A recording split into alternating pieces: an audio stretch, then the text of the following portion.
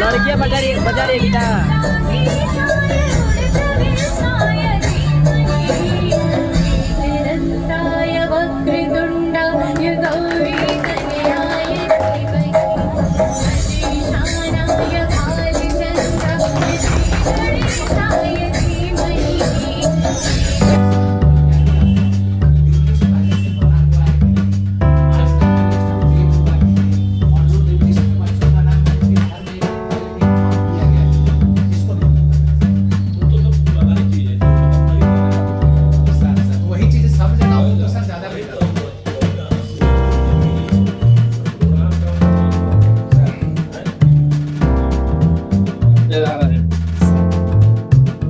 एक इंट्रोडक्शन हो जाना जरूरी है। सर मेरा नाम कविता पाठक है और मैं पीसीआई पटना से हूँ सर। और आज के इस ओरिएंटेशन में सब लोगों को कब से है पीसीआई में सर करीब 8 साल से पटना में? जी पहले हाँ सर स्टेट सोसाइटी में मैं आपसे 1-2 बार मिला हूँ। और सर नवादा में मैं पहले था, उसके बाद फिर पटना आया। तो पटना आने के बाद सर नवादा में भी किले होंगे। नवादा वाला याद नहीं है सर, लेकिन स्टेट सोसाइटी में जाते थे। चलिए अच्छा महाराज राम बिहारी प्रसाद डब्ल्यू चुमंतर बिहारी राम बिहारी डब्ल्यू चुमंतर जी जी ठीक है। अमित कुमार डीएसएम दरोगा, शशि रंजन कुमार डीएसएम इंचार्ज दरोगा और पीसीआई चलो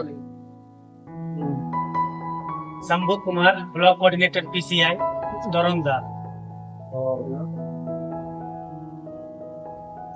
Arun Kumar BCF Daraunda, Amit Kumar DMC BSF Daraunda, Kitan Kumar Singh DSM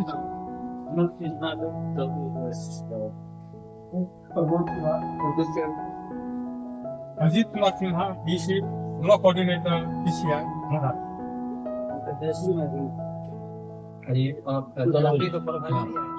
PCI चपरासी।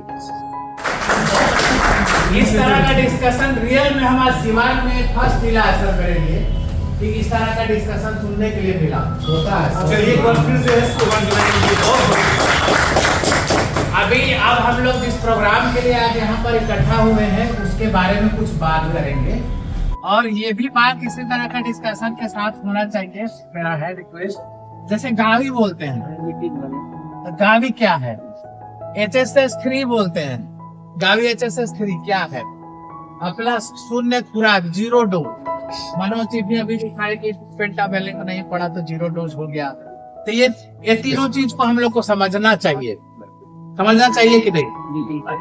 समझना चाहिए। तो गावी क्या है एक बार बात कर ले।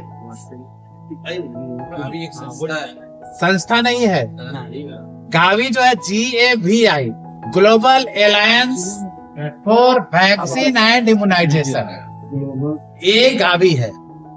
और HSS 3 हेल्थ सिस्टम स्ट्रेंथनिंग, और 3 है, मतलब तीसरा चरण पहले खत्म हो चुका है। अभी तीसरा चरण में 0 डोज की बात हो रही है। आगे हम बताएंगे कि फर्स्ट चरण में क्या क्या हम लोग किए थे, सेकंड में क्या किए थे, और थर्ड में हम लोग क्या करने जा रहे हैं। इससे हम 80 से 85% पहुंच जाएंगे, लेकिन उस 80 से 85 को 95 तक पहुंचाने के लिए नीड बेस्ड कम्युनिकेशन प्लान बनाना है। पहले आशा है ना अंगिया दे देती कि सभी आदमी आओ टीकाकरण कराओ, हो गया है, वो कर लिए हैं। अब इस घर में घुसना है, इस घर में घुसना है, यहाँ से ये टीका उठाना, अब ये करना। छूटे हुए बच्चों को स्पेसिफिकली बुलाना है। 19 है, हेल्थ फैसिलिटी मैनेजर 23 है, डिलीवरी पॉइंट मैनेजर 155 है, वैक्सीनेटर 561, आशा 3237 और टोटल सेशन जो अपने जिले में होते हैं 3460 ईविन के अनुसार। अब सर इसमें थोड़ा सा क्लियर कर देना चाहते हैं कि सभी लोग कहेंगे कि अगर डिजिटल माइक्रो प्लान की बात करें तो 3310 है और इसमें 3460 दिखा रहा है। तो इसमें जो 3460 का रीजन है कि हम लोग फैसिलिटी बेस्ड जो टीकाकरण सेशन करते हैं वो डिजिटल माइक्रो प्लान में इंक्लूड नहीं होता है। फैसिलिटी पे जैसे अपने पीएससी पे हो गया, अभी जो हम लोग ICHWC नया सत्र जो डेवलप किया गया वो भी अभी डिजिटल माइक्रो प्लान में नहीं है। इस वजह से डिजिटल माइक्रो प्लान में हम लोग का सेशन कम दिख रहा है और यूपी पे हमारा सेशन ज्यादा दिख रहा है। आशा की भी बात करें तो 3237 आशा है, तो कहीं कहीं अभी भी कुछ सत्रों पे जैसे पेड मोबिलाइजर ही अगर रखा गया अपने किसी भी प्रखंड में, तो पेड मोबिलाइजर को आशा के द्वारा उसके सत्र में टैग कराना सुनिश्चित किया जाए। अगर सुनिश्चित करेंगे तो हम लोग का डिजिटल माइक्रो प्लान में जितनी आशा की संख्या या पेड मोबिलाइजर का उतना ईविन पर भी शो करने लगेगा। ईविन मॉड्यूल की बात करें तो इसमें state district immunisation officer, health facility manager, दूसरा health worker at delivery point, medical and pharmacist staff, vaccinator, front line worker, ASHA और की फीचर फॉर बेनिफिशियरी। तो सबसे पहला मेरा session planning and management. Session planning and management जो होता है वो एडमिनिस्ट्रेटर मॉड्यूल से किया जाता है। तो अब हम सभी जानते हैं कि हम लोग सभी प्रखंडों में BMNE को फैसिलिटी मैनेजर बनाया गया है, जिनके द्वारा सेशन पब्लिश किया जाता है। डिलीवरी पॉइंट मैनेजर में जितनी हमारे यहाँ स्टाफ नर्स है या जो डिलीवरी रूम में काम करती है उनको डिलीवरी पॉइंट मैनेजर के रूप में हम लोग इसमें चिन्हित करते हैं। वो डिलीवरी पॉइंट मॉड्यूल पे काम करती है। और जो NM हमारी है वो वैक्सीनेटर मॉड्यूल पे काम करती है। वो सेशन को स्टार्ट करती है और जितने भी टीकाकरण करती है टैली सीट के अनुसार उतने सभी बच्चों को या बेनिफिशियरी को उनको यूविन पोर्टल पे डिलीवरी वैक्सीनेटर मॉड्यूल के द्वारा एंट्री करना होता है। मोबिलाइजर आशा हमारी जितनी आशा है वो भी वैक्सीनेटर मॉड्यूल से ही काम करते हुए अपना सेशन देख सकती है। उनके सत्र पे कितने ड्यू बेनिफिशियरी वो देख सकती हैं और कितने वैक्सीनेटेड हुए ये सारी डॉक्यूमेंट रिकॉर्ड वो देख सकती है।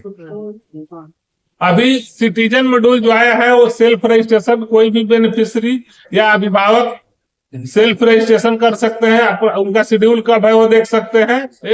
अभी तक का अगर अचीवमेंट देखें हम लोग यूविन पे, तो यूविन का लंच जो हमारे माननीय प्रधानमंत्री 29 अक्टूबर 2024 को ही किए हैं। और अगर सिवान के इंडिकेटर की बात करें तो कम्युलेटिव अभी तक अगर टोटल इन्फेंट रजिस्टर्ड देखे हम लोग यूविन पे तो 2,10,703 टोटल। अगर 1 से 5 साल तक के बच्चों की रजिस्ट्रेशन देखें तो 1,52,846 हुए हैं।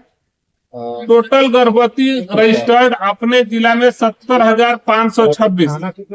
टोटल अगर सारे रजिस्ट्रेशन को मिला दे तो 4,34,275 रजिस्ट्रेशन यूविन पे हुए हैं। अगर हम लोग डिलीवरी की बात करें तो अभी तक यूविन पे पूरे जिला में 50,175 यूविन पे डिलीवरी रजिस्टर्ड है। RI सेशन अगर डिजिटली देखें तो जब से यूविन चालू हुआ है और अभी तक 64,897 सेशन हम लोग का प्लान हुआ है। और हेल्ड की या ऑनगोइंग की बात करें तो 61,788 सेशन हेल्ड हुए हैं। टोटल डोज की बात करें जो डिजिटली ट्रैक हुए हैं वो है 23,14,574 डोज अभी तक हम लोग डिजिटली रिकॉर्ड कर चुके हैं। सेशन प्लान वर्सेज हेल्ड अगर परसेंटेज में देखें तो पूरे जिला की ब्लॉक वाइज स्थिति है। तो जब यूविन चालू हुआ था उस समय से लेके अभी तक और सिर्फ जनवरी का देखें तो शुरू से लेके अभी तक हम लोग यूविन पे अच्छा कर रहे हैं और करते जा रहे हैं। जैसे मान लीजिए कि अगर अभी तक का देखें अप टू तो 95% सेशन हम लोग का हेल्ड हुआ है और सिर्फ जनवरी का देखें तो 97% हेल्ड हुए हैं। तो यह सब आप सभी का और कोई यूविन पे जो भी ग्रोथ हुआ है, जो भी अचीवमेंट हो रहा है, सबका समेकित प्रयास से ही संभव हुआ है। इसमें कुछ ब्लॉक जो है थोड़ा सा उनको ध्यान देने की जरूरत है। जैसे सर अभी तो मुख्यतः हम 3 प्रखंड की ही बात करेंगे, दरौली, दरौदा और महाराजगंज, तीनों ब्लॉक है। तो जैसे sir session plan versus held, तो सेशन प्लान वर्सेज हेल्ड अगर सर हमारा जब प्लान और हेल्ड में क्या समस्या है, हम लोग तो स्टेटस के आधार पे बात कर रहे हैं कि आप क्या इतना हुआ इतना नहीं हुआ, लेकिन आपको क्या लगता है कि क्या समस्या है? जो सेशन प्लान है अगर हेल्ड नहीं हुआ तो उसका क्या कारण है? समस्या है सर। नहीं आप नहीं समझिए, आप नहीं बोलिएगा, हम उधर से जानना चाह रहे हैं। जो ब्लॉक में BHM BCM है वो आप लोग थोड़ा सा बताइए कि सेशन अगर प्लान है और हेल्ड नहीं हो पा रहा है उसका क्या कारण है और क्या हम लोग उसको करा सकते हैं कि नहीं करा सकते? सेम जगह दिक्कत ये होता है ना, एट ए टाइम पार्टी में तबियत खराब हो गया या छुट्टी में चले जाते हैं, क्या कमी है। जैसे अगर एक एनएम एक से 17 पहिया अगर उसको टीकाकरण का सेशन लग गया, वो अचानक बीमार है, 100 बजे करना या सेशन नहीं लग पाता है, तो कभी कभी होगा ना, कभी कभी ही होता है। नहीं परसेंटेज के हिसाब से हमको लगता है कि सर उसमें थोड़ा सा क्लियर कर देते हैं विशेष साहब। अगर एनएम छुट्टी पे चली गई, किसी वजह से आपका सत्र नहीं हो रहा है ना, तो आपके फैसिलिटी मैनेजर जो आपके एमएमई हैं उस सेशन को रीशेड्यूल कर सकते हैं, आगे बढ़ा सकते हैं या नहीं, उसमें होता क्या है कि बहुत ऐसी भी एनएम है, आप लोग भी जानते हैं, वो कई हम काम करेंगे सेंटर में भी चले जाती है, भाग जाती है, क्या कर सकते हैं? देखिए ग्राउंड में यही है। नहीं सर, आपने जो कहा दूसरे को वो किसी दूसरे से करवाती है, हायर रखी हुई है, हायर करके रखी हुई है। हालांकि वो नहीं होना चाहिए, वो तो ऑप्शनल है, एक अलग सा चीज है, लेकिन वो भी ऐसा नहीं करती है कि उसको छोड़ देती है। तो इस बात को कह करके कि ये हेल्ड नहीं हो पा रहा और ये नहीं हो पा रहा, इसको नहीं बोला जा सकता। इसमें कुछ बोलना चाहिए। हाँ ना, यूविन पे 100% नहीं, पहले इस चीज को समझिए। फिजिकल आपका 100% सेशन हेल्ड है जी, यूविन पे 100% नहीं है। रीजन कोई एनएम नहीं है। अगर 2 एनएम आज काम नहीं की, किसी हफ्ते में काम नहीं की, तो उसका सेशन वही दिखा रहा है, वो रीशेड्यूल एमएनई के द्वारा नहीं हुआ है और आपको इस चीज की जानकारी नहीं। मेन कॉज यहाँ पे ये है कि अगर कोई छुट्टी पे 40 में से 2 एनएम चली गई तो उसका रीशेड्यूल होना चाहिए ना, वो बीएमएनई के द्वारा नहीं हो रहा। हमारा फिजिकल तो 100% हेल्ड है, अब वो एनएम छुट्टी पे है तो कैसे यूविन चालू करेगी? उसका रीशेड्यूल होना चाहिए। उसका शायद कोई दिक्कत नहीं है, आप लोग भी पहुंच जाएंगे उस तक, हम लोग बात कर लेंगे। लेकिन अब ये बोलने का नहीं है कि यूविन में एंट्री करना बड़ा परेशानी है, दिक्कत है, नहीं हो पाता, ही कहने वाली बात है। पीछे 2 महीने तो पूरा इशू चला है सर, चला है, बहुत चला है, बहुत तरह की बातें थी, लेकिन अब सब रिजॉल्व कर दिया गया है। और अब यूविन पर बेटा चले जाए, मात्र 3 की है, कोई 15 की है, तो एक एवरेज आपका लेके गिरेगा। ठीक है, चलिए उस पे जाइए। भारत में मातृ मृत्यु दर और शिशु मृत्यु दर में भी व्यापक सुधार हुआ है। गर्भवती महिलाओं और बच्चों के टीकाकरण कार्यक्रम की सही ट्रैकिंग खनन रखने के लिए यूविन पोर्टल लॉन्च किया गया है। इस पोर्टल पर अब तक लगभग 30 करोड़ वैक्सीन खुराक दर्ज हो चुका है। वाला डेटा अगर निकाल करके हर महीने हर एक PHC को दे दिया जाए और उस पर कुछ वर्कआउट किया जाए तो बहुत सारे चीजों को हम लोग सॉल्व कर सकते हैं। हम लोग दिए थे तो बहुत कम हो गया, अगले स्लाइड पे आएंगे, अब तो बहुत कम हो गया, हम लोग दिखाए थे तो उसके बाद कम हो गया। जरूर जाना चाहिए PHC में। वैसे सत्र जहाँ पे बेनिफिशियरी 25 से 50 है तो सिंगल और 50 से ऊपर है तो महीने में 2 करना है, यह नियम है। तो सर यहाँ पे अगर गोरिया कोठी को छोड़ दे तो 15+ भी तो कोई नहीं दिख रहा है, एक सिर्फ गोरिया कोठी है जो 17 दिख रहा है जनवरी में। अगर बच्चा जन्म के समय जो टीका देते हैं उसको बर्थ डोज कहते हैं, लेकिन 0 डोज के परिभाषा में वैसे बच्चे जो 1 साल के अंदर हो गए, 1 साल तक नहीं पूरा किया है लेकिन उनको पेंटागोन नहीं पड़ा, वो 0 डोज में आते हैं। तो यह जो डाटा है इसमें ना आप कुछ कह सकते हैं ना हम कह सकते हैं, क्योंकि रिकॉर्डेड डाटा 6 महीना से 1 साल के वैसे बच्चों का संख्या यहाँ पर दिखा रहा है जिनको कि पेंटावन नहीं पड़ा है। तो पेंटावन 6 महीने से हम लोग इसलिए ले रहे हैं और 1 साल तक का, कि हम लोग 1 साल तक का इंतजार करेंगे तो फिर उनको तो पेंटा पड़ ही नहीं पाएगा। पेंटा कितने दिनों तक पड़ता है? 1 साल तक, और 1 साल से अगर ऊपर हो जाएगा तो फिर कौन पड़ेगा? डीपीटी। तो पेंटा की बात है, और पेंटा का एक भी डोज अगर नहीं पड़ा है किसी बच्चे को, 6 महीना प्लस हो गया, 6 महीना भी इसलिए कि पेंटा का फर्स्ट डोज कब पड़ना है? 1.5 महीना पर, 1.5 महीना पर नहीं आया, 2.5 महीना पर भी नहीं आया, 3.5 महीना पर, मतलब 3 उनको अटेम्प्ट हम लोग देखेंगे ड्यूलिस्ट के हिसाब से कि कोई ऐसा बच्चा है जिसको कि 1.5 महीना पे पेंटा पढ़ना था और 1.5 महीना पे भी नहीं आया, 2.5 महीना पे भी नहीं आया, 3.5 महीना पे भी अगर नहीं आया तो 3 अटेम्प्ट अगर ड्यू लिस्ट में नो हो गया तो उसको हम लोग 0 डोज काउंट कर लेते हैं, ना मनोज जी? तो इस तरह के बच्चे को ही यहाँ पर लगभग दिखाया जा रहा है ओवर ड्यू में कि 6 महीना से ऊपर का बच्चा जो है और 1 साल तक का बच्चा है, इतने बच्चे हैं जिनको कि पेंटा का डोज एक भी नहीं पड़ा है। तो ये एक बड़ा गैप है जो कि जिस चीज के लिए हम लोग 0 डोज वाला जो काम चल रहा है आपके यहाँ 3 ब्लॉक में, और 3 ब्लॉक भी हम लोग सिर्फ आपको जानकारी के लिए ब्लॉक के लिए देते हैं कि 3 ब्लॉक में काम चल रहा है। 3 ब्लॉक में भी हम लोग पूरे जगह में नहीं काम कर रहे हैं, इसलिए कि 10 गांव और 29 गांव मतलब टोटल 49 गांव में ही हम लोग काम कर रहे हैं।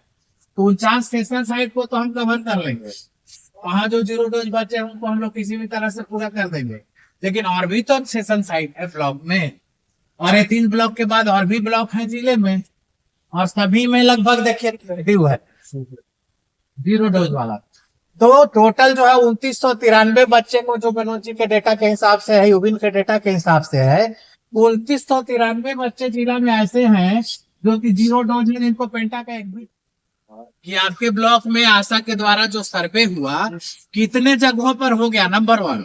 नंबर 2 कि कितने जगहों पे हम लोगों ने, सब लोगों ने मिल करके उसको वैलिडेट कर पाया, और कितने जगह वैलिडेशन के बाद भी वो सही मिला। क्या इस तरह का कोई डेटा अपने पास है?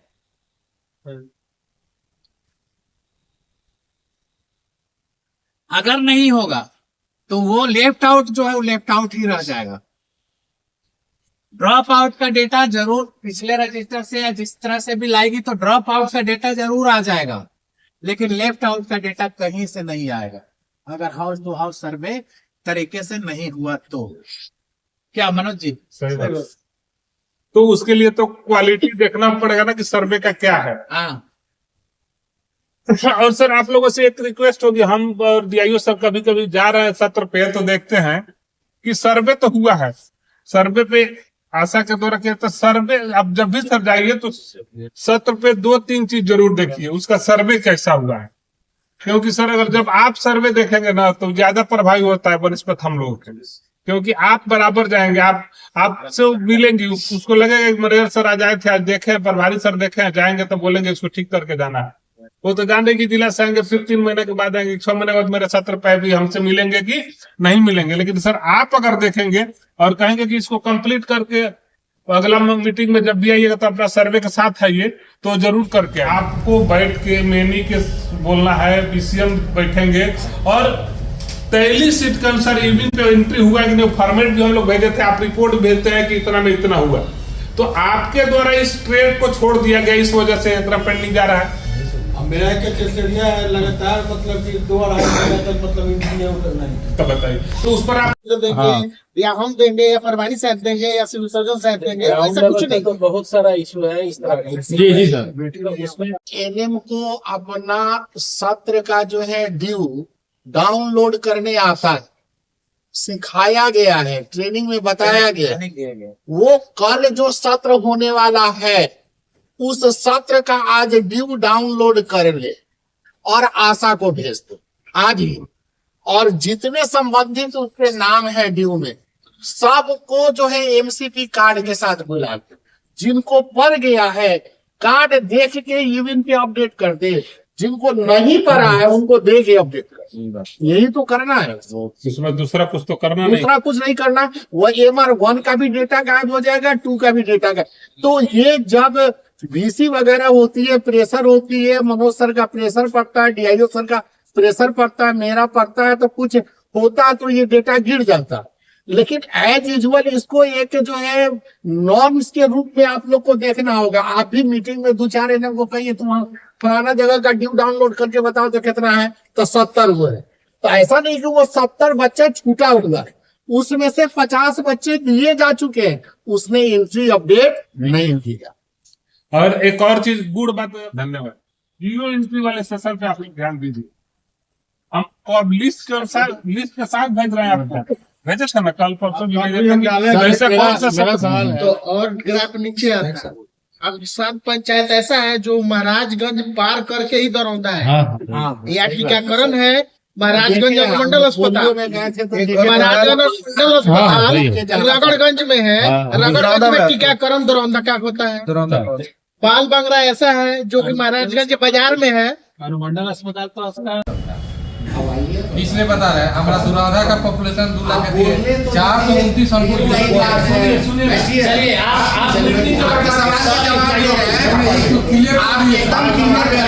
लोग के साथ समस्या अनुसार स्टेट क्रूड बर्थ रेट के आधार पर 30% माइग्रेट कर रहा है। सीडीआर के आधार पर स्टेट जो है जिला का ईएलए फिक्स करके फॉर्मूले के साथ देती है। हम लोग जिला में 2011 सेंसेक्स के अनुसार सिर्फ उसका पॉपुलेशन डालते हैं तो 2024-25 तक का जनसंख्या और उसका टारगेट उसी फॉर्मूला के अनुसार जो स्टेट दिया है फिक्स होकर निकल जाता है। उसमें जिला कुछ नहीं जिला पॉपुलेशन डाल के सॉरी जिला पॉपुलेशन डाल के ब्लॉक वाइज निकालता है और उसी ब्लॉक वाइज पॉपुलेशन को डाल के एचएससी वाइज निकालता है और कुछ नहीं है उसमें। कुछ नहीं है उसमें। अगर बात करेंगे ना तो बात होगा लेकिन बात खत्म नहीं होगी। वो जो पूर्णतः प्रतिरक्षित फुल इम्यूनाइजेशन क्या होता है? फुल इम्यूनाइजेशन वैसे बच्चे जिसको कि बीसीजी से लेके 1 वर्ष के अंदर मिजिल्स फर्स्ट तक का सारा डोज सभी 1 साल तक के निर्धारित जो टीके राष्ट्रीय टीकाकरण सारणी के अनुसार है। जिस बच्चे को पूरा टीका पड़ गया वो बच्चा फुल इम्यूनाइज हो गया। यही ना है? नियत समय पर नियत टीकाकरण 1 साल के अंदर चाहिए उसका टीका नहीं पड़ा कुछ टीका लिया है कि वहाँ क्या लिखा? ड्रॉप आउट का मतलब है कि वैसे बच्चे जो टीकाकरण हो रहा है बीच में टीकाकरण छोड़ के चले ये है ड्रॉप राइट, बहुत अच्छा। मतलब कि बच्चे को कुछ टीका पड़ा और फिर वो छोड़ दिया किसी भी कारण से तो वो हम लोगों के ड्रॉप आउट के श्रेणी में आ जाएगा। इसके बाद एक टर्म है लेफ्ट आउट।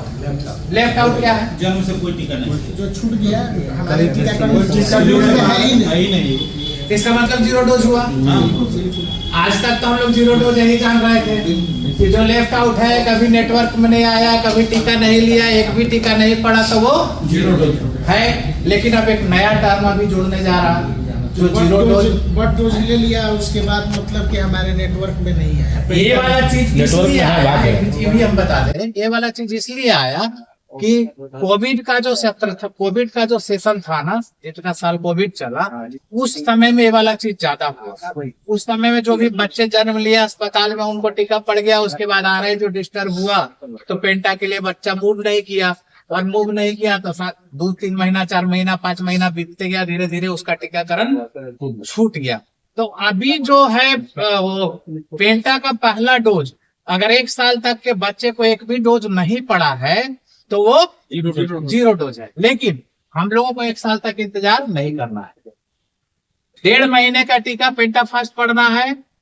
फर्स्ट बार अगर आशा उसको बुलाने गई नहीं आया, दूसरे बार 2.5 महीने पे फिर ड्यू में जाएगा वो, उसके बाद भी उसको बुलाया गया नहीं आया, 3.5 महीना पे फिर उसको फॉरवर्ड किया गया, उसको बुलाया गया नहीं आया। जैसे 3 कॉन्टेक्ट मिस करता है उसको हम लोग 0 डोज में ले लेते हैं और उसको इम्यूनाइज कराने की कोशिश करते हैं। क्लियर है ना?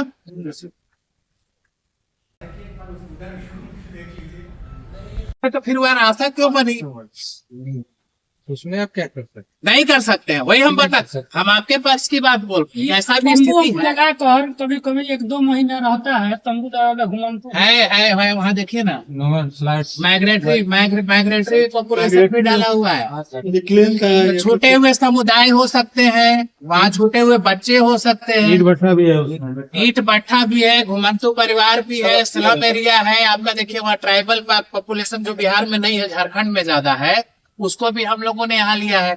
या फिर वैसे बच्चे जो इनकार करने वाले हैं, हेजिटेंट है, रेसिडेंट है, नहीं लेना है टीका, आपको अगर राशन नहीं मिलता है THR का तो हम टीका काहे लें? है हकीकत की नहीं आती है बात। तो ये सारे चीजों को यहाँ पर लेना है। और समुदाय पे इसका असर क्या होता है? जब एक ही समुदाय में बहुत सारे बच्चे 0 डोज के हैं या लेफ्ट आउट के बच्चे हैं, उसका असर क्या हुआ? पिछले 1.5 साल पहले कुछ असर हुआ था? एमआर का आउटब्रेक क्यों हुआ? टीकाकरण नहीं हुआ, इसके चलते ना हुआ। अगर प्रॉपर टीकाकरण उनको हो जाए तो ऐसा नहीं होगा। तो फिर जरूरत क्या होगी? तत्कालिक चुनौती के बारे में क्या हो सकता है कि उसको तत्काल खोज करके, खोजना मतलब अगर छूटा हुआ है तो उसको खोजना पड़ेगा, और उसको खोज करके किसी भी तरीके से, चाहे वो मना करने वाला हो, नहीं मानने वाला हो, उसको किसी भी तरीके से। और हम लोगों को इस प्रोग्राम में कम्युनिटी को एंगेज हम लोग करने जा रहे हैं, हम बात करेंगे तो उस कम्युनिटी के माध्यम से, लोकल इन्फ्लुएंसर के माध्यम से, वार्ड मेंबर के माध्यम से, विकास मित्र के माध्यम से, किसी भी माध्यम से, चाहे वो जो तरीका हो, क्या बोलते हैं उसको, भूल गया, कोई भी तरीका अपना करके उसको टीका दिलवा। उसी चीज की जिम्मेवारी के लिए आपके सिवान जिला में हम लोग हैं। लेकिन ये बात कहने में थोड़ा अच्छा नहीं लगता है कि मात्र आपके 49 सत्र के लिए ही हम लोगों को जिम्मा दिया गया है। उस 49 सत्र को हम लोग देखेंगे। जो 2 ब्लॉक है उसमें 10-10 गाँव है, 2 ब्लॉक में 10-10 और 1 में 29, इतना पर ही हम लोग देखेंगे। तो उसका तात्कालिक चुनौती यही है कि हम लोगों को जितना जल्दी हो सके उनको ढूंढ करके, लेकिन फिर एक बात वही आएगी कि सर्वे का स्थिति बुरा है और उसको कैसे सुधरवाया जाएगा, ये हम सारे लोगों को सोचने की जरूरत है। सर्वे अगर एक्चुअल हो जाए तो हम लोग 100% बच्चे को टीकाकरण करवा सकते हैं। अब इसका एग्जाम्पल भी हम एक बता दें आपको। कोविड में हम लोगों ने काम किया था। कोविड में जब टीकाकरण शुरू हुआ, समरान सर यहाँ पर है, जय सर भी है। कोविड में जब टीकाकरण शुरू हुआ तो टीम बना करके हम लोग गाँव के गाँव भेजते गए, सेशन साइड प्लान होते गए, टीम वहां जाएगा, वहां जाएगा, वहां जाएगा। क्या किसी के पास किसी का लाइन लिस्ट था? नहीं था। जब लाइन लिस्ट नहीं था तो हम अंधेरे में ढेला फेंकने गए। इसलिए ये बोलना पड़ रहा है कि हमको पता नहीं है कि वहां कितना बेनिफिशियरी ड्यू है कोविड के लिए, वैक्सीनेशन के लिए, लेकिन हम लोगों ने 20 फाइल करके भेजे हैं। आपने 25 जिले की बात कर रहा है। वैसे तो पूरे बिहार में ब्लॉक की संख्या 524 है, लेकिन इस 25 जिले में 421 है। उसमें 100 ब्लॉक में ही काम हो रहा है और 100 ब्लॉक में भी सेशन साइज निर्धारित है। उसमें 25 जिले में 1054 सत्र ऐसे हैं जिस पर कि प्रोग्राम को चलाया जा रहा है। अब देखिए इसमें सीएसओ की भागीदारी। सीएसओ क्या है?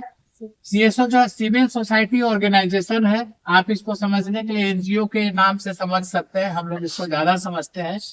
और ये सीएसओ की सहभागिता जो है, इंगेजमेंट जो है, वो यूनिसेफ के द्वारा पार्टनरशिप के तौर पे दिया गया है।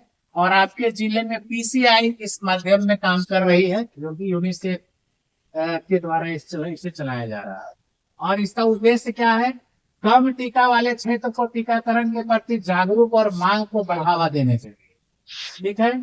सामुदायिक भागीदारी, कम्युनिटी इंगेजमेंट इसमें करना है, कम्युनिटी को भी इंगेज करना है। गलत सूचना प्रबंधन, मतलब मिसकंसेप्शन अगर है या फिर इस तरह का मिथ कुछ है, उस पर भी हम लोगों को ध्यान केंद्रित करना है। और सूक्ष्म कार्य योजना पर जोर देते हुए स्वास्थ्य कार्यकर्ताओं की क्षमता को बढ़ाने के लिए काम करना है और प्रभावी टीकाकरण की वकालत करनी है।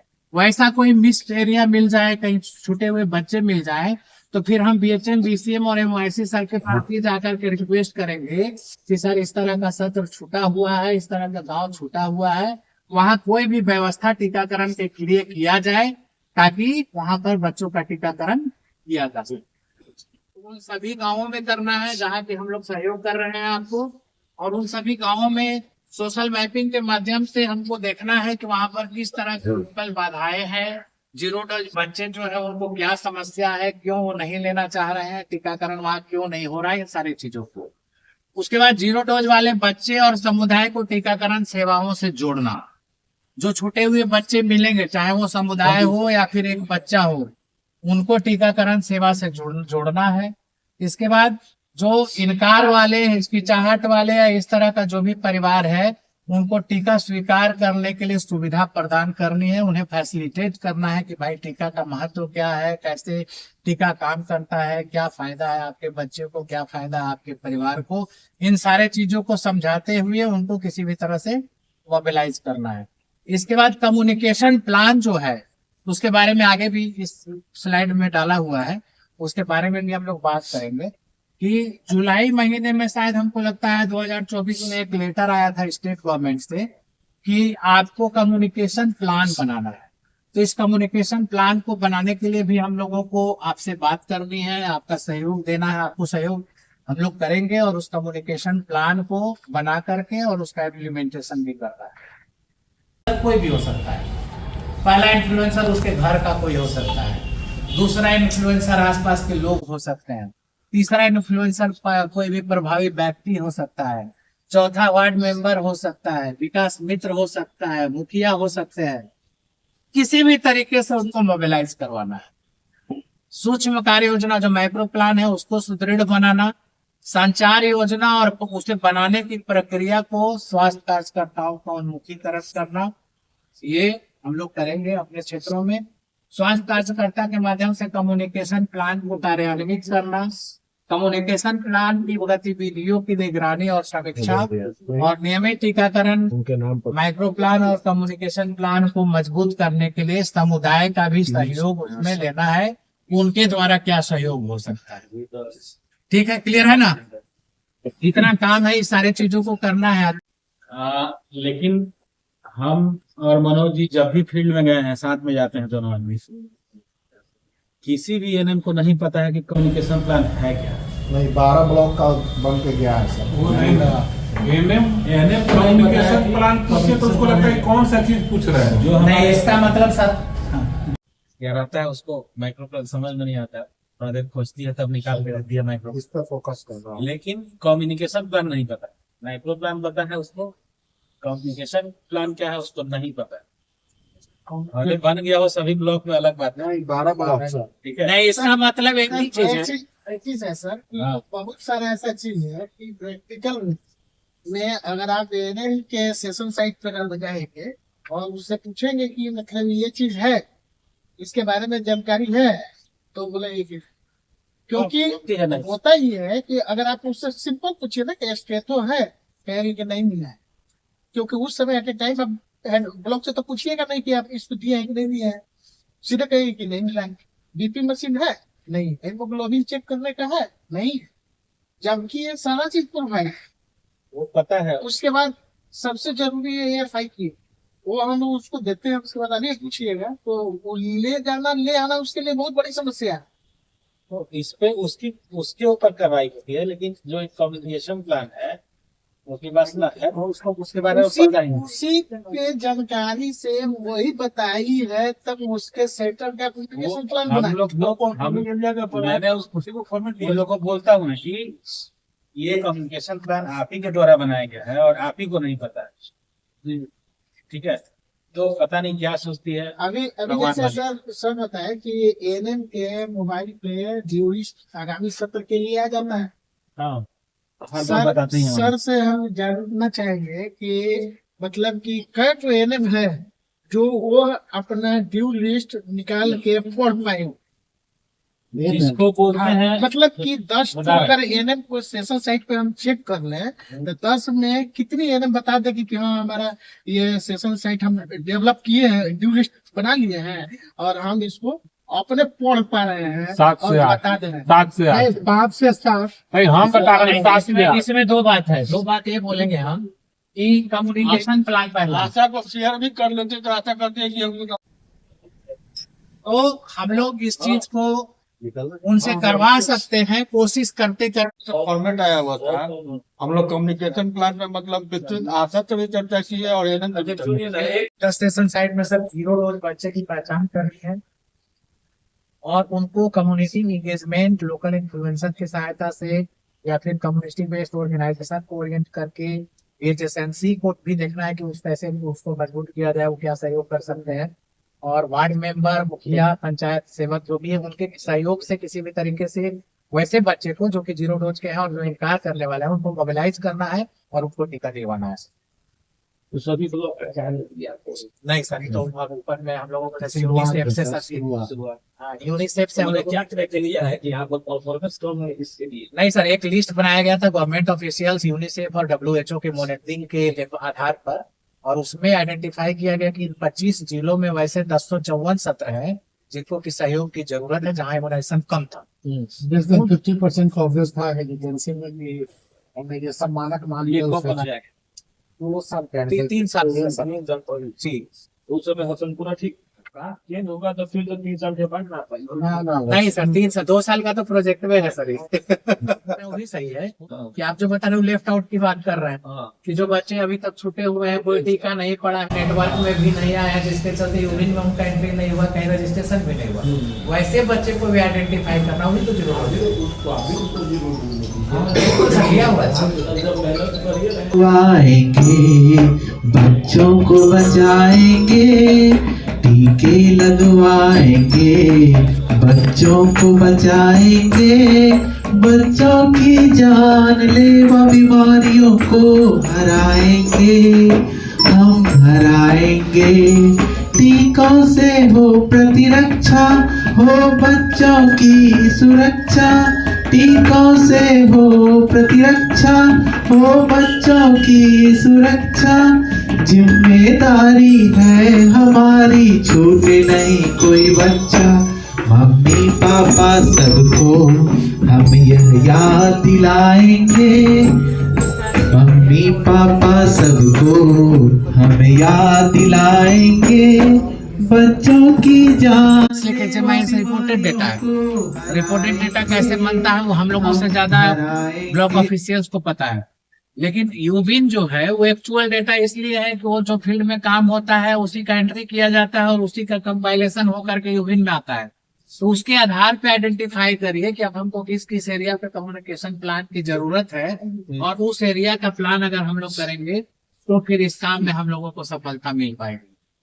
अगर आप लोग सहमत हैं तो फिर एक बार हाँ बोल दीजिए, और इसके बाद फिर ये वाला सेक्शन मेरा यही समाप्त होता है।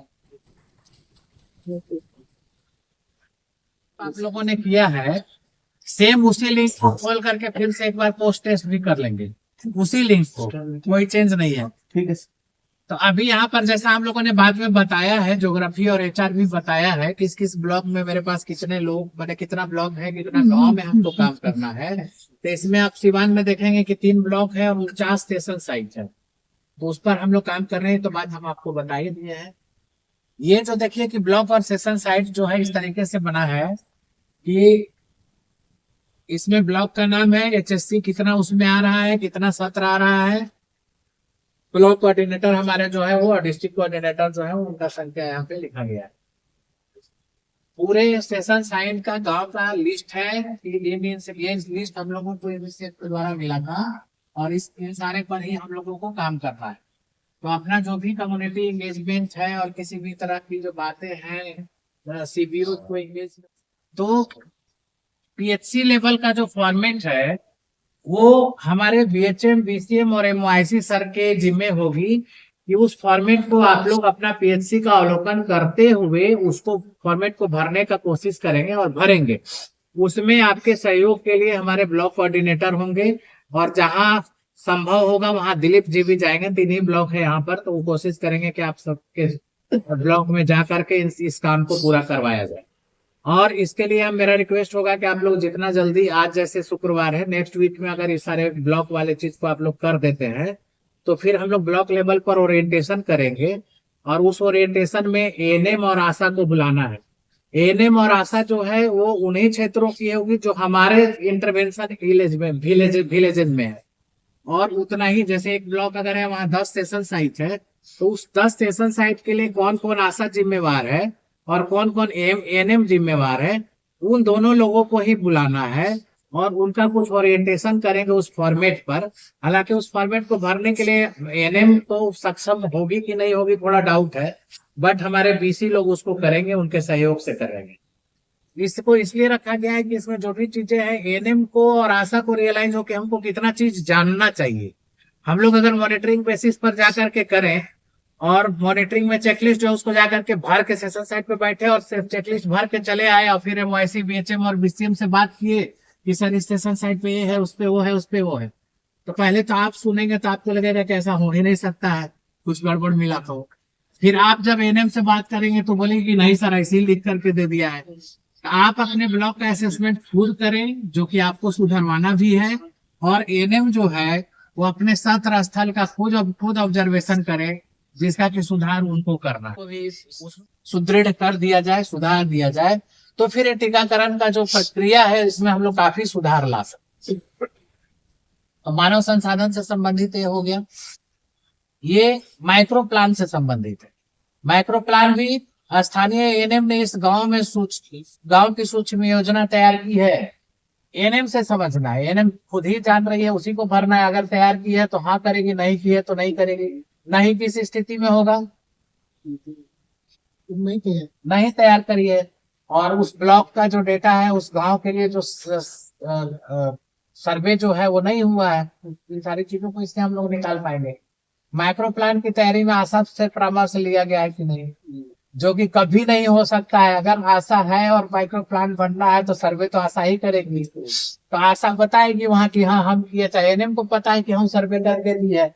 जो आशा एएनएम को सर्वे करके नहीं दिए तो एएनएम वहाँ सीधा बोलेगी कि नहीं करी है। इसलिए इस प्लान को उनके द्वारा कराने की कोशिश में हम लोगों ने थोड़ा सा चेंज कर दिया है कि बीसीजी में अगर हाँ बोलेगी तो 0.5 मार्क्स। उसके बाद ओपीबी कब तक दिया जाता है, कब तक दिया जाएगा, हो सके। इसमें मनोज भाई के लिए भी बता दें कि इसमें एक क्वेश्चन हम लोगों ने ये भी डाला है कि एएनएम यूवी पोर्टल का इस्तेमाल करना जानती है या नहीं। अब ये चीज को जैसे आप लोग जो बता रहे थे कि कितनी एएनएम नहीं जानती है, नहीं करती है, तो उनके सत्र पर अगर हम जाएंगे इसको लेकर के तो हम सीधा लिखेंगे कि नहीं जानती है। अब नहीं जानती है तो हमारे एक ब्लॉक में अगर 10 सत्र है तो उसमें से 5 का आ गया कि उनको नहीं आता है, तो फिर मनोज जी कहाँ पर पकड़ेंगे कि भैया इसको सिखवाइए, कैसे करके बुलाते भी हैं। ट्रेनिंग में हुआ है सर, ये फिल्टर हो भी जाएगा ना। देखिए ट्रेनिंग हुआ है, मनोज जी को ट्रेनिंग दी है। हम बता रहे हैं सर, स्कूल सत्र स्तर पे जाते हैं और जो ट्रेनिंग दिए हैं उसी एएनएम से अगर ये पूछ दे कि हम जो पढ़ाए थे उसमें कई % याद है, तो ये को खुद रिजल्ट पता चले कई % बता। नहीं वैसा भी है, हम बता रहे हैं। देखिए हम लोग इसके पहले जो है ना एक कार्यक्रम कर रहे थे भोजपुर और नवादा 2 जिला में। ये एक गांव की सिनेरियो है और ये सारा चीज इसमें कवर कर दिया गया है। अब इस आधार पे आपको प्लान बनाना है कि कौन कौन से पॉइंट में आप क्या सुधार करिएगा। उसको पॉइंट वाइज 1 2 3 4 5 कितना लिखा हुआ है वही पढ़ रहे हैं। यहाँ के लोगों में टीकाकरण को लेकर कई मिथक और गलत धारणाएं प्रचलित है, जिसे कि टीका लगाने में जैसे कि टीका लगाने से बच्चे बीमार पड़ जाते हैं या फिर टीका लगवाने से बच्चे में बांझपन होती है। मिथक और गलत धारणाओं के कारण इस गांव का टीकाकरण आच्छादन भी काफी कम है। यहाँ के लोगों में शिक्षा की कमी है। यहाँ के पुरुष तथा महिलाएं दिहाड़ी मजदूरी करने वाले हैं। मजदूरी को छोड़कर ये अपने बच्चों को टीकाकरण नहीं करवाना चाहते हैं। इस दिन टीका लगवाने के से उनकी उस दिन की मजदूरी का नुकसान होता है। स्थानीय रीति रिवाज और परंपराएं टीकाकरण को एक हस्तक्षेप के रूप में देखती है। इस बस्ती में कार्यरत आशा का व्यवहार भी अनुकूल नहीं है।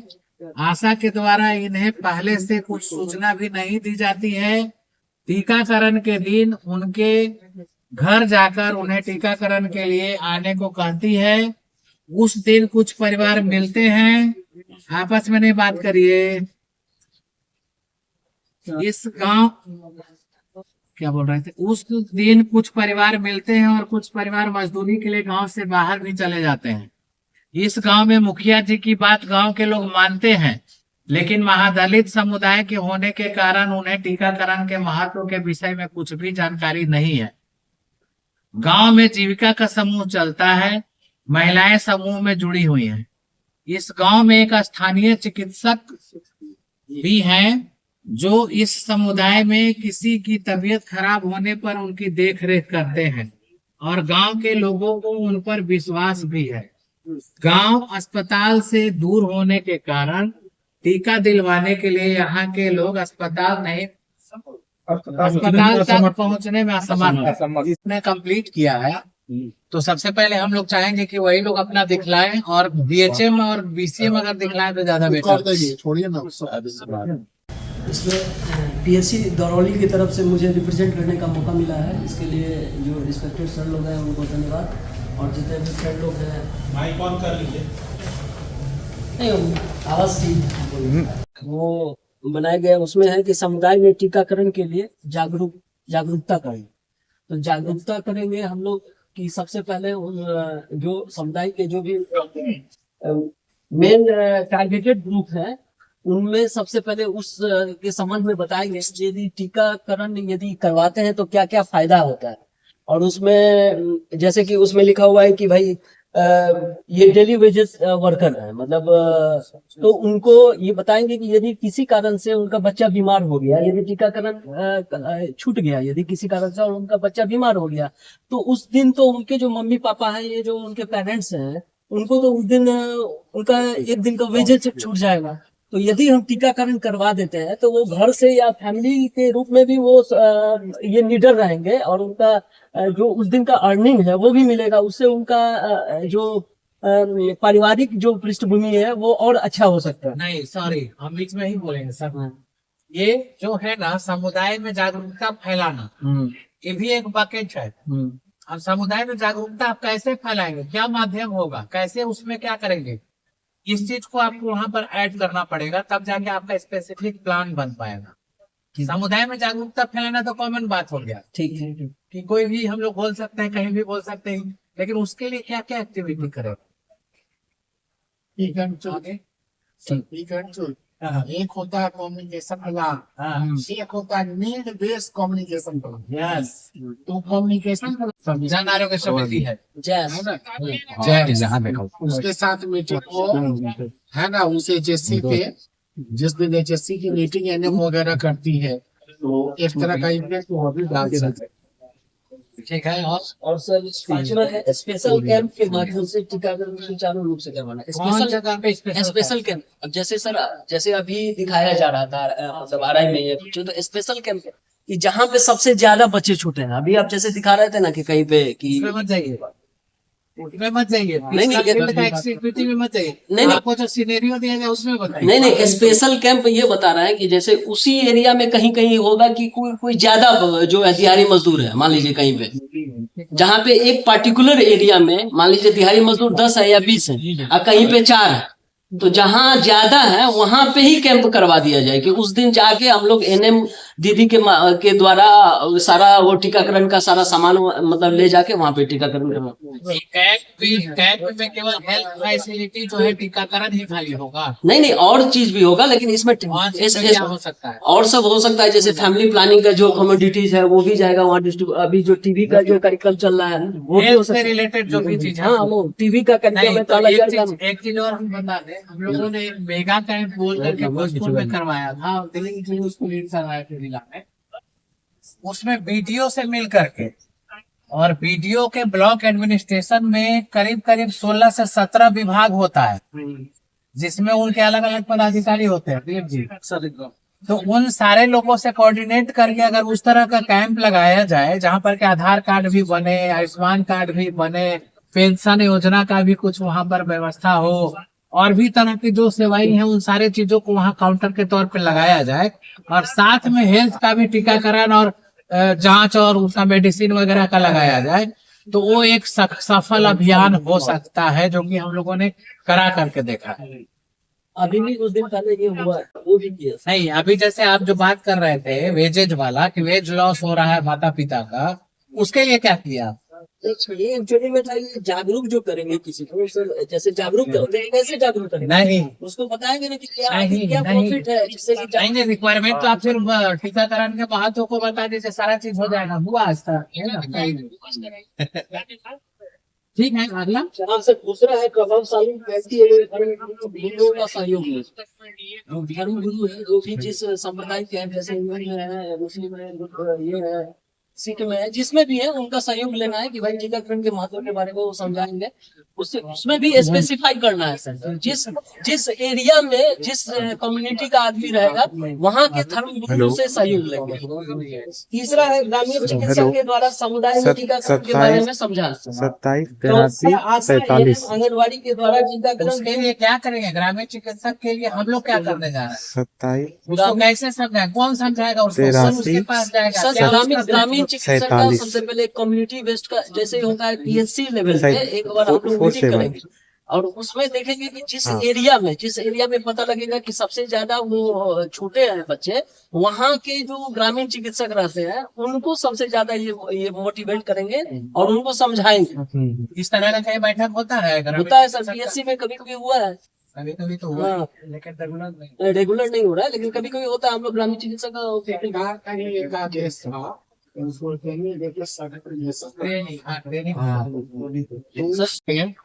जागरूकता अभियान उस टोले में करेंगे।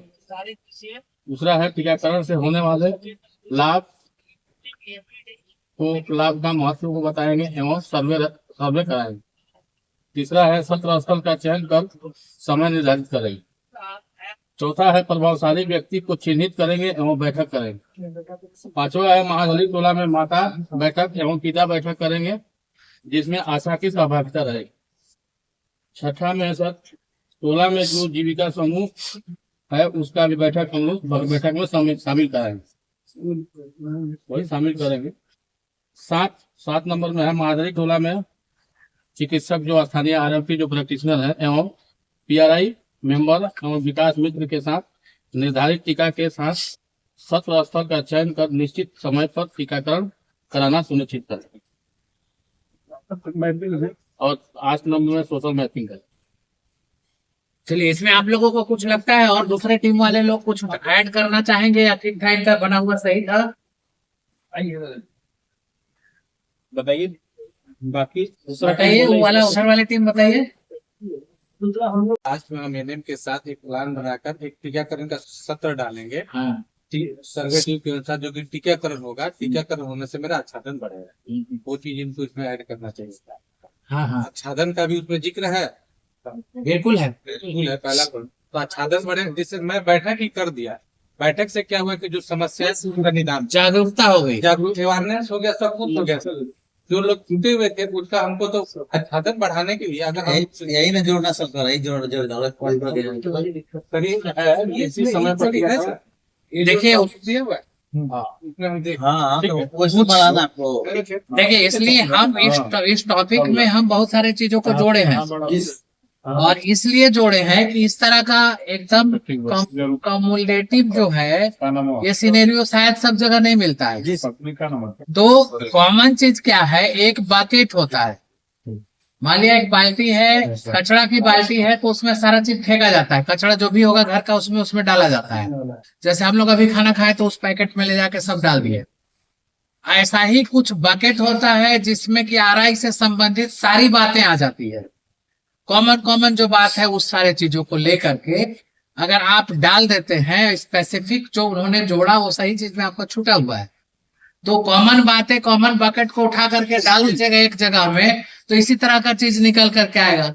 सिनेरियो को ढंग से पढ़ेंगे, उसको एनालाइज करेंगे, उसके बाद उसमें क्या करने की जरूरत है, क्या नहीं किया जा सकता, उन सारे चीजों को करने के बाद जब बनेगा ना तो स्पेसिफिक एक प्लान बनेगा और तब उस पर माता बैठक करेंगे, पिता बैठक करेंगे। तो अरे माता बैठक पिता बैठक कम्युनिटी में जाकर के करना कितना हद तक संभव हो पाएगा, कैसे करेंगे, किसके माध्यम से करेंगे, किसके आधार पर? खाली माता बैठक करेंगे, पिता बैठक करेंगे और आशा की सहभागिता उसमें सुनिश्चित करेंगे। और कुछ जोड़ना घटाना हो आप लोग को भी, खाली हम ही बात कर रहे हैं। सर आगे कुछ बोलिएगा अगर बोलना है। नहीं ठीक है, टीम अब ये दोनों टीम जितनी बातें उस कंसर्न परिवेश में कह चुके हैं वो हम लोग सुन चुके हैं। थर्ड टीम जो है उन चीजों को ऐड करे अपने एक्टिविटी जो रिटेन है उसके साथ ही, और उन चीजों में क्या भी ऐड करना है। तो सबसे पहले तो हर मतलब महादलित एरिया में जिनका महिला समूह है उनको हम उनको कोशिश करें कि पहले उसको जीविका दीदी को हम मतलब ओरिएंट कर ले, उनके थ्रू हम मतलब हम उस एरिया में अपना एक्टिविटी को या अच्छा बढ़ा सकते हैं। जीविका दीदी को ओरिएंट करने के लिए उनका जो प्लेटफॉर्म है उसका पहचान करना होगा। जीविका के लोग अगर हैं तो गांव में कई स्तर पर हैं, क्या क्या उनका बैठक होता है, कब कब बैठक होता है, इन सारे चीजों को आप जानिएगा तब आप प्लान कर पाइएगा। उसके बाद फिर साथ में एनएम और आशा के साथ सामुदायिक बैठक करते हैं, समुदाय में जाकर उनके साथ बैठक करके तब मतलब हम लोग अपना अच्छा दाम बना सकते हैं। जो मेरा नहीं तो इस जीविका वाला टॉप लेवल पे भी देखते हैं। तो अब जीविका दीदी जो है उनको भी BHS जैसे कि सत्र जाना है और उनको भी जीविका की तरफ से पैसा है सपोर्ट करने के, रिपोर्ट लेती है, सब देती है। नहीं, अगर जाती है तो जीविका का कौन कैडर है जो जाता है सो बताइए। तो सीसी कहा जाता है, नहीं, सीएम जाते हैं उसके साथ। नहीं,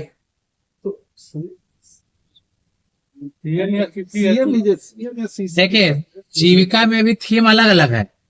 HN थीम जो है ना, हेल्थ और न्यूट्रिशन का जो थीम है, उसमें पंचायत स्तर पर एक कैडर रखा गया है। वो पंचायत स्तर में जो कैडर है वो CNRP होती है, कम्युनिटी न्यूट्रिशन रिसोर्स पर्सन, और उनको जिम्मेदारी दी जाती है कि उसके अपने क्षेत्र में जो टीकाकरण होता है जिस आंगनबाड़ी पे या फिर उससे संबंधित कहीं भी, उन सारे बैठक को 3 महीना के अंदर उसको सारे सेशन को देख लेना है।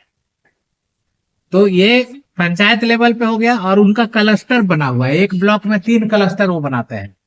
तो 3 क्लस्टर में हर एक तीनों क्लस्टर में एक MRP होता है, मास्टर रिसोर्स पर्सन, जो एक तरह से उस CNRP का सुपरवाइजर होता है, उनका देख रेख करता है और उनका मतलब सुपरविजन करता है। तो ये 2 लेवल पर आपको ब्लॉक में लोग मिल सकते हैं, पंचायत लेवल पे CNRP और क्लस्टर लेवल पर MRP। ठीक है, आपको क्या खड़ा करेंगे, बैठ जाइए। नहीं सर, खड़ा होके बोलते हैं, कोई बात नहीं, आपके लिए हम लोग खड़ा हो सकते हैं। सर, आपके द्वारा जो टॉपिक दिया गया था, एक समुदाय का एक जगह है जो कि टीकाकरण में क्या है कि एक तरह से समझिए वंचित है, तो उस समुदाय को जागरूक करते हुए वहाँ के टीकाकरण का छात्र को बता, जो आपका टॉपिक था। सर, मेरा पहला पॉइंट जो लिखा गया था, तो इसके लिए जो हमारा फर्स्ट प्रयास होगा, तो सबसे पहले उस पैकेज को जो भी प्रभावशाली व्यक्ति है उस नजदीक के, चाहे वो जनप्रतिनिधि मुखिया जी हो या वार्ड सदस्य हो या जीविका के आपके ये क्या बोलते हैं समुदाय जो नहीं इसके जो होते हैं सर, जो महादलित टोला के जो होते हैं विकास, सबके साथ मेरा पहला पॉइंट होगा कि बैठक करने, वही चीज पहला पॉइंट लेके समुदाय को जागरूक करने के लिए समुदाय अंतर्गत प्रभावित सारे व्यक्तियों के साथ बैठक करना है। तो सबसे पहले उन सारे व्यक्तियों के साथ हम बैठक करेंगे। बैठक करने के बाद जो मेरा समस्या है, इसमें लिखा हुआ था कि स्वास्थ्य सेवा पहुंच नहीं, उसमें हम जो भी भ्रांतियां उनको बताएंगे, टीकाकरण कराने से हमारे बच्चे, इनके जो बच्चे हैं वो स्वस्थ रहेंगे और नाना प्रकार की बीमारियों से ये बच सकते हैं, जिससे कि इनको मृत्यु होने की संभावनाएं कम है। हम उसको बताएंगे ताकि उनके अंदर ये चीज हो कि हम उसको टीकाकरण ले, और जो भ्रांतियां हैं उससे उनको हम हटाने का प्रयास करें। जब वो जागरूक होंगे तब वो दिमाग में आएगा कि नहीं, इसको हमको टीकाकरण कराना है। पहला पॉइंट वो हो गया सर। दूसरा पॉइंट हम लोग इसके पास सभी समुदाय में टीकाकरण से होने वाले फायदे को समझाकर हम इससे खुद दूर सकते हैं। उसको हम लोग सही बताएंगे कि टीकाकरण देने से, टीकाकरण कराने से कौन सी बीमारी से कैसे बचाया जा सकता है। बताने के बाद वो टीका देने के लिए तैयार है। उसके बाद एक चीज उस जगह, उस प्लेटफॉर्म पर भी बताना है कि सर टीकाकरण लेने से, आप टीकाकरण अगर कहीं बाहर में लेते हैं, जैसे मेरा जो अपना सरकारी संस्था है उसके बारे में बताना है कि आपको यहाँ पे टीकाकरण कराएंगे तो आपके बच्चे को बहुत फ्री ऑफ कॉस्ट में जो है हो जाएगा टीकाकरण। बाकी आप यही किसी प्राइवेट संस्थान में कराते हैं तो लगभग आपको 5,000 रुपया फुल टीकाकरण में लगेगा। पैसा जो लगता है वो बच जाएगा। जो हम लोग सर यहाँ पे पैसे की बात किया गया था इस टॉपिक में सर, तो इसके बारे में हम लोग बताएंगे। एक और टॉपिक था आशा के व्यवहार परिवर्तन के बारे में, तो आशा से हम लोग उसके व्यवहार परिवर्तन के बारे में बात करेंगे ताकि वो समुदाय में जाए, उस व्यक्तियों से मिले, अपने जो व्यवहार है आईपीसी के को अपनाते हुए वो कैसे चेंज करती है, उस लोगों को थोड़ा तक वो चेंज करे ताकि लोग टीकाकरण लेने के लिए प्रेरित हो जाए। आशा से ओरिएंटेशन का प्लेटफॉर्म क्या होगा? सर आशा से ओरिएंटेशन का प्लेटफॉर्म हम समुदाय में ही करेंगे, नहीं कि पीएससी में करेंगे। तो पीएससी तो हम बता देते हो मेरे साथ ही रहेंगे, उस समुदाय में करेंगे, उसकी माताओं के साथ करेंगे, उसके पिता वहाँ करेंगे, समुदाय के लोगों को भी बुलाए। बिल्कुल सर, मैं बता रहा था यहाँ पे आ रहा हूँ, उस समुदाय के लोगों को रखेंगे, साथ ही आंगनबाड़ी सेविका प्लस जीविका के जो मेंबर्स हैं सारे को रखेंगे ताकि वो जो भ्रांति है उसको दूर किया जा सके। साथ ही साथ आशा के माध्यम से जो बहुत सारे ये केस आता है, क्या ये ऐसा हमको ये चीज नहीं करा रही, हम इसके साथ टीकाकरण नहीं कर रहे, समुदाय में है। आप जब जाइएगा नजदीक से देख लें, हम लोग जब जाके देखे हुए इस चीज को, हम लोग दूर भी किए हैं, कुछ तो महादलित लोग आपको ऐसा मिलेगा कि टीकाकरण लेने के लिए ही तैयार नहीं होगा। ऐसा 110 बार भी जाएगी तो नहीं होता, लेकिन वहाँ आईपीसी को आपको यूज करना पड़ेगा, कैसे उसको कन्वर्ट करती है आपके विवेक पर और ही इस्तेमाल करना होता है। दलित परिवार की बात बोले ना तो एक इंसिडेंट होता है, आप लोग शायद हंस ले, लेकिन ये कम्युनिकेशन स्किल है कि पिछले जिले में जब हम थे तो एक जगह हम गए थे, दो की बहुत बड़ी बस्ती और कोई भी आदमी टीका लेने को तैयार नहीं था। 17-18 बच्चे लेस देन 1 ईयर। कई दफा एनएम गए, कई दफा जो आशा गई, आशा फैसिलिटेटर गई, नहीं तैयार। हमको भी जानकारी हुआ, टीकाकरण का डेट पता किए, नॉर्मल कपड़ा पहन लिए, नॉर्मल कपड़ा माने नहीं लगेगी हाँ हम साफ सुथरे हैं, नॉर्मल कपड़ा पहन लिए और बाइक से चले। बाइक वहां पर रोके और कुर्सी खींच के आराम से बैठ गए। एक आदमी पूछा कहा सर कहाँ हाल है? सर कभी भाई ने हम भी डोमे ना, माने हमारा यही वर्ष था, यहाँ का टीकाकरण आज देखना है। हमको ऊपर से साहब ने बोला कि नहीं कराता, हम ही को भेज दिया, कहा नहीं तुम लोग कराते, सब लोग करा लिया, मेरा एक वर्ड था बस। उसके बाद जब देखे कि सब धराधर करा रामचंद्र, तो कम्युनिटी का क्या है ये देखना पड़ेगा कि अब वो है THR के लिए, है ना, तो उसको माने टीकाकरण कर रही है, हम नहीं दिलवाए, पता किया तो मालूम हुआ कि वो आंगनबाड़ी की कैंडिडेट से तभी से दुश्मनी है। तो नीड बेस जो हो ना वो प्लान करेंगे सक्सेस। लोकल बैरियर क्या है इसको समझना पड़ेगा। समुदाय में आप काम कर रहे हैं, सब लोग तो बाद में, समुदाय अगर हम काम कर रहे समुदाय में तो सबसे पहले चैलेंजेस मेरे पास आता है, उस चैलेंजेस को हम कैसे एक्सेप्ट करते हैं और उसको क्लियर करते हैं, ये हमारे ऊपर डिपेंड करता है। ये जो समुदाय है जहाँ सर बात कर रहे हैं वहाँ बहुत टफ है काम कराना, लेकिन काम तो कराना ही आपको। बिल्कुल बिल्कुल। और लास्ट सर हम लोगों ने यही सब लिखा था और सारा सारांश हो गया। और लास्ट था कि मेरा टीकाकरण के आच्छादन को बढ़ाना है, तो जब सारे लोग जागरूक हो गए तो भाई किसको टीकाकरण करना है, तो उसके लिए आप ड्यू तैयार करेंगे ना सर, तो उसके लिए ड्यू तैयार होगा। ड्यू तैयार होने के बाद आशा क्या करेगी, सभी को सूचना देगी कि फलाना दिन के दिन हम लोग यहाँ पे टीकाकरण करेंगे, और कार्ड है तो सभी कार्ड लेकर आएंगी, दीदी को रेडी किया जाएगा, हमारा टीकाकरण सत्र चलेगा। अगर कार्ड नहीं है तो कोशिश होगा कि दीदी उसको कार्ड बना के दे दे और सभी को सत्र का टीकाकरण करते हुए वहाँ का आच्छादन को बढ़ाए। बहुत अच्छा है। ड्यू के बारे में आपने बोला था, ड्यू के पहले का स्टेप क्या होगा? ड्यू से पहले तो सर्वे होगा। सर्वे होगा, चीज आपने बताया। सर्वे से पहले बिना सर्वे का देखिए, हम इसलिए आपको ये चीज जोर दे के बोले ना कि उसको आपको बोलना पड़ेगा, और वो जो सर्वे का काम चल रहा है उसको किसी भी तरीके से पूरा कराना पड़ेगा। हम लोग यहाँ बैठे हुए सब लोग अगर विश्वास हो जाएंगे ना कि ऐसा सर्वे कर दी है तो बहुत हद तक समस्या का समाधान हो जाएगा।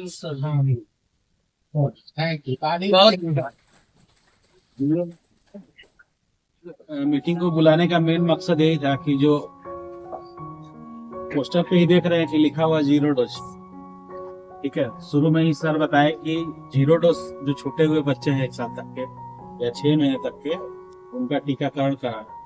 तो हमारे इसी 3 ब्लॉक में सबसे ज्यादा छूटे हुए बच्चे हैं, तभी तो ये चीज चुना गया है। तो इस पे बस ध्यान देना है। बाकी जो आप लोगों ने अभी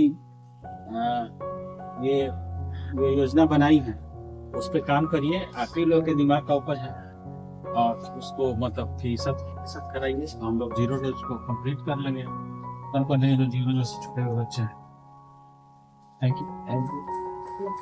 हाँ, अब ये सर जो प्लान की बात कर रहे हैं उसके लिए सोचना पड़ेगा कि प्लान तो यहाँ एक सिनेरियो था उस पर आप सारे लोगों ने प्लान बनाया, लेकिन अब आपको उस सिचुएशन को समझना होगा कि कौन से गांव में छूटे हुए बच्चे हैं, वहाँ का क्या सिनेरियो है, वहाँ का प्लान किस तरीके से हो कि हम लोग कामयाब हो पाए। उस तरह का प्लान जब बना करके और उस प्लान को लेकर के जाएंगे तो कामयाबी तो मिलेगी ही मिलेगी, ना की बातें नहीं है। ठीक है सर, थैंक यू सर। चलिए, आज का ये प्रशिक्षण सफल रहा और नियमित टीकाकरण पे ही हम लोग ज्यादा फोकस होते हैं और बोलते हैं। बहुत दिन हम भी 20-22 साल काम किए नियमित टीकाकरण में।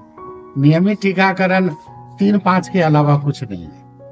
3-5 कीजिए, नियमित टीकाकरण होगा। 3-5 का मतलब होता है इधर की बात उधर कर, यही ना कहते बहुत आदमी 3-5 करने वाला है, यानी कि इधर की बात उधर करता। तो यहाँ जो सीखे आप एनएम को बताइएगा, एनएम जो सीखी वह आशा को बताएगी, आशा जो सीखी वह कम्युनिटी को बताएगी। यही तो 3-5 है ना।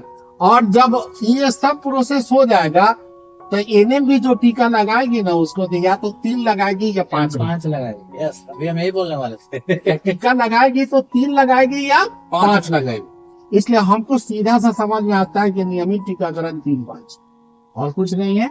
और उस सभी चीजों को, बहुत सी पुरानी चीजों को सर ने जो है याद ताजा कर दी और बहुत अच्छा जो है इनका प्रस्तुतिकरण रहा पीपीटी के माध्यम से। और ऐसे भी नाइस पर्सन के रूप में गिने जाते हैं। हम लोग भी पटना में इनके साथ 3 दिन बिताए हैं, तो हम लोग का तो काम ही होता है ऑब्जर्वेशन करना, तो हम लोग करते हैं। तो अच्छा लगा। और थोड़ा सा ये भी हुआ कि आज हमारे सदान सर भी जुड़ने वाले थे और उनसे थोड़ा ज्यादा पढ़ता है हमको, तो थोड़ा सा रहता कि वो आ रहे हैं तो थोड़ा और बेहतर होता। सुविधा रहती है, रियल हाँ, रहता है उनको, लेकिन उनके घर में हमारे जो है मनोज सर जो है अपना लैपटॉप खोल के दिन भर साथ हैं, चारों तरफ जो है शुरुआत जो हुआ यूरिन का वो चीज आप लोग को अटैच कर दिया वहाँ पे, और ये पूरा सक्सेस रहा आई ओपनर के तौर पे। और हमारे दिलीप जी हैं, दिलीप पोदार जी, और काफी मेमोरियस है। तो सभी अरेंजमेंट इनके द्वारा हुआ है, तो एक थैंक्स बनता है। और इस अरेंजमेंट को अगर सफल मूर्त रूप अगर यहाँ पे दिए हैं तो असूस भी है और सभी साथ लोग को तो वो भी यहाँ पे पढ़े लिखे हैं। वो 3-5 हम लोग नीचे तक करेंगे और वास्तव में 3-5 हमारा 3-5 समझ रहे हैं आप लोग ना? अब तो बढ़िया से समझ रहे हैं। सब चीज बता दिए हूँ, फिर भी हम दोबारा इसलिए पूछ रहे हैं को 3-5 भूलिएगा मतलब टीकाकरण भूल जाएंगे, मुश्किल हो जाएगा। तो वो 5 और 3 हम लोगों को याद ही रखना चाहिए। हाँ भाई, जन्म के समय 3 देती है, फिर 5 देती है, फिर 9 महीना पर विटामिन ए जोड़ी है 5 देती है, 16 महीना पर विटामिन ए जोड़ी है 5 देती है, तो वही 3-5 है और क्या।